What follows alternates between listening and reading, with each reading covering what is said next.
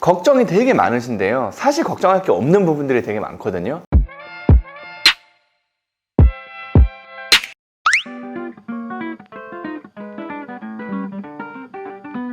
안녕하세요, 김민성 변호사입니다. 오늘은 오랜만에 법인 관련된 사건을 좀 찍어보려고 해요. 법인에 관련된 사건들은 개인이나 개인회생에 비해서 훨씬 적어요. 숫자가 당연히 훨씬 적겠죠, 그죠? 그럼에도 불구하고 22년, 23년 올해까지 경기가 별로 좋지 않기 때문에 무너지는 법인들이 상당히 많습니다. 그래서 22년에 비해서 23년에 한 1.5배 정도 신청 건수가 늘었더라고요. 법인 회생이나 법인 파산이. 말씀을 들어보면 걱정이 되게 많으신데요. 사실 걱정할 게 없는 부분들이 되게 많거든요. 내가 법인 회생이나 법인 파산을 했을 때 과연 대표자로서 내가 책임져야 되는 게 뭐냐. 법인 파산에서 대표자한테 책임이 전가되는 경우는 4가지 정도의 경우가 있는데요. 요거를 두 개 나눠서 2개는 법적인 책임들, 2개는 계약상의 책임들, 이렇게 간단히 설명을 드릴게요.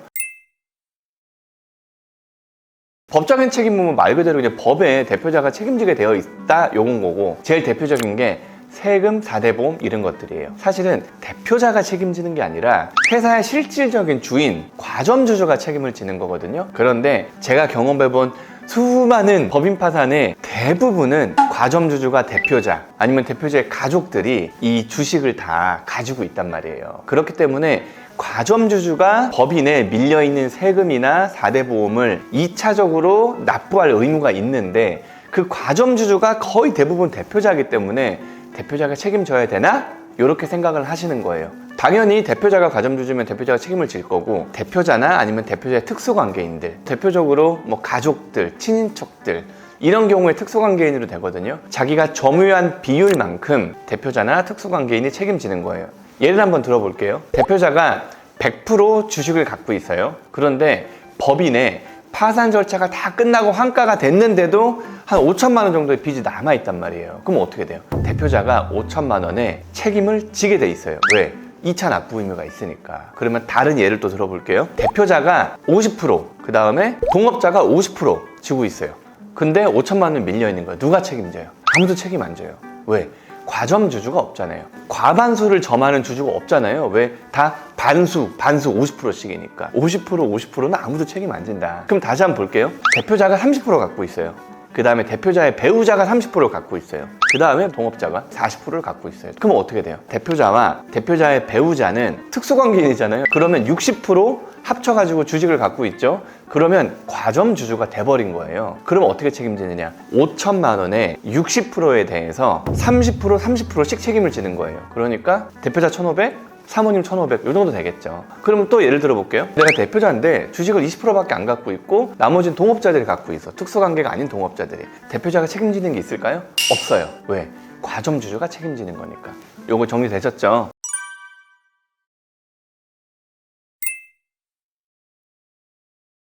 그러면 두 번째, 임금이나 퇴직금에 대해서는 대표자가 책임지나요? 여기서 또 예를 들어 볼게요. 우리 회사가 5천만 원의 임금을 지급을 못했고요. 5천만 원의 퇴직금을 지급을 못했어요. 그럼 총 1억에 뭐 밀린 임금이나 퇴직금이 있겠죠. 연체된 게. 그러면 파산 절차를 통해서 한 3천만 원 정도 변제가 됐어. 그럼 7천만 원은 누가 갚아줘야 돼요? 대표자가 갚아줘야 돼요? 아니에요. 실질적으로 이 사람을 고용한 건 대표자가 아니라 회사란 말이에요. 대표자는 경영을 못해서 임금 퇴직금을 체불했으니까 그거에 대한 형사적인 책임, 근로기준법상의 형사적인 책임을 지는 거지 대표자의 재산으로 이걸 물어줘야 되는 건 아니에요. 그러면 또 질문이 들어와요. 아니 그러면 내가 체당금 신청을 했어. 아니면 직원들이 직접 고용노동부나 아니면 근로복지공단에 체당금 신청을 해서 회사로 구상금이 내려온 거예요. 그 대표자가 책임져야 되는 거 아닙니까?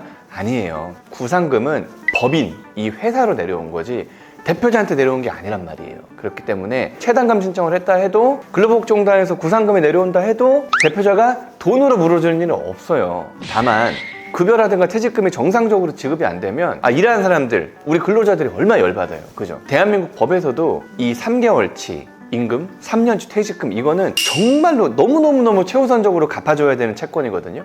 그렇기 때문에 대표자를 형사고소해서 채무 변제를 압박할 수는 있고 금액이 커진다면 구속될 가능성도 있겠지만 사실 법인 파산을 하는, 법인을 정리하는 과정에서 이거 가지고 구속되는 분은 한 분도 못 봤어요. 그러니까 너무 걱정하지 않으셔도 돼요. 당연히 임금퇴직금은 줘야 되겠지만 어떻게 하면은 정상적으로 지급할 수 있을지는 저희가 다 알려드릴게요. 상담 과정 중에. 아시겠죠? 그러면 두 번째, 계약상의 관계에서 대표자가 책임져야 되는 것들이 있단 말이에요. 연대보증 계약을 체결하는 경우에요. 회사에서 연대보증 계약 대표적으로 언제 체결할까요? 법인의 신용카드, 법인카드라고 얘기하는 거, 그 다음에 차량, 이런 것들 보통 대출 나갈 때 대표자 연대보증 서요. 왜?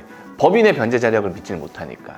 그 다음에 세 번째가 법인이 보증기간을 끼지 않고 빌린 돈들 있잖아요. 소위 얘기하는 운전자금 대출 이런 걸 얘기해요. 그런 것들은 사실 은행하고 이 법인이 사업자 대출을 받았을 때는 대표자가 높은 확률로 연대보증을 섭니다. 그런 경우에는 대표자의 책임이라고 얘기하기는 좀 그렇고 계약자의 책임. 근데 그 계약상의 연대보증을 보통 대표자한테 그 의무를, 입보 의무를 지우는 경우들이 많기 때문에 뭐 통상 대표자의 책임이라고 얘기를 할게요. 그런 경우 아니면 이 물품 거래를 하면서 회사가 조금 어려워졌어. 그러면 상대방이 물건값 안 줄 거잖아요. 그러면 대표자 뭐 연대보증이라 쓰세요.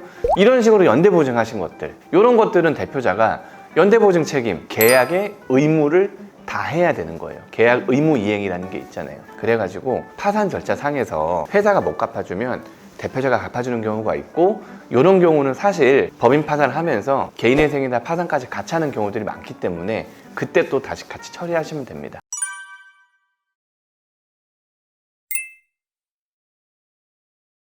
그 다음에 이제 오늘이 어찌 보면 하이라이트예요. 오늘 하이라이트인데 이거 진짜 궁금해가지고 되게 겁이 많으세요. 회사가 돈을 빌렸어요. 근데 법인의 변제 자력이라는 건 사실은 좀 애매해요. 이 법인이 장사가 잘 될 때도 있고 안 될 때도 있고 하잖아요.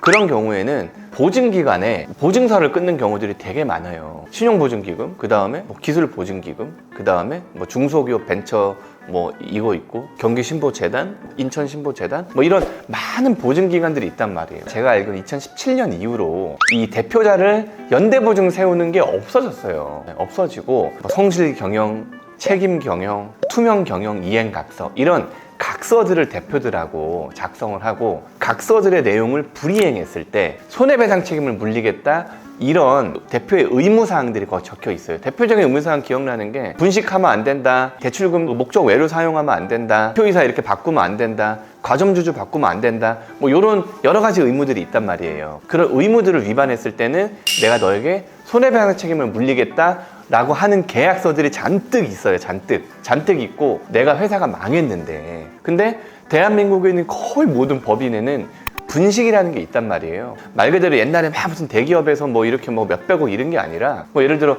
가지급금을 매출 채권으로 올려놓는다든가, 아니면 우리가 적자가 날 것 같으니까 재고를 좀 빵빵하게 해놓는다든가, 못 받은 돈임에도 불구하고 이거를 손실 처리 안 하고 매출 채권으로 가만히 놔둔다든가, 이런 식으로 많은 분식들이 있단 말이에요. 회사를 운영하면서 갖가지 일들이 발생할 거잖아요. 이게 이 책임경영, 투명경영, 성실경영, 이행각서에 위반해서 이 대표 개인이 다 책임을 져야 되지 않을까라는 걱정들이 엄청나게 많으신데요. 저희가 되게 많은 법인 파산 사건들을 해요. 되게 많이 해요. 되게 많이 하는데 저희가 하면서 지금까지 딱 3번 문제가 된 적이 있었거든요. 근데 그 3번 문제 된 것도요, 저희가 소송에서 이겼고요, 내용 증명으로 해결했고요, 소명에서 해결했고요. 여러분들이 그 금액 때문에, 어마어마한 금액 때문에 너무 걱정하시는 성실, 책임, 투명 경영, 이행 각서 상에 내가 손해배상 책임을 물어야 되지 않을까라는 그런 걱정은 사실 안 하셔도 돼요.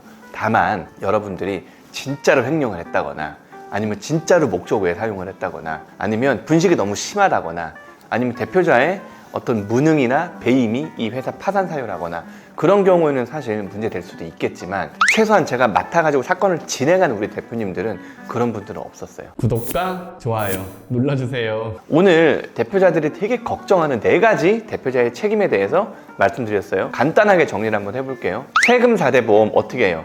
과점주주가 책임지는 거예요. 대표자가 책임지는 게 아니에요. 대부분의 회사는 대표자가 가중주주예요. 그거 한번 확인해 보시고요. 임금퇴직금에 대해서는 대표자가 돈을 물어주는 건 아니에요. 대표자가 형사적인 책임, 그러니까 근로기준법 위반에 책임을 지는 거지 어떠한 경우도 대표자가 돈을 물어주는 경우는 없어요. 세 번째는 연대보증 채무들. 그런 것들은 내가 대표자로서 책임지는 게 아니야. 근데 대부분 대표자한테 연대보증을 쓰라 그러니까 연대보증 책임이 대표자한테 간다 치는 거고, 대표적인 거는 자동차, 법인차, 법인카드, 은행 직접 대출, 이런 것들이에요. 제일 궁금해 하시는 거, 보증기간을 끼고 은행에서 빌린 건 어떻게 되느냐, 보증기간이 대입변제해서 나한테 갚으라는데 어떻게 되느냐, 성실기용 이행각서상에 내가 다소의 의무 위반이 있는 것 같은데 어떻게 하느냐, 너무 걱정 안 하셔도 돼요. 상담 과정 중에서 저희가 이거 대표님 아무 문제 없어요 라고 하는 건 문제 발생한 적이 단 한 번도 없습니다. 그리고 문제가 발생했다 해도 저희가 그런 관련 소송들에서 대부분 다 정리가 될 수 있기 때문에 너무 걱정하지 않으셔도 되지만,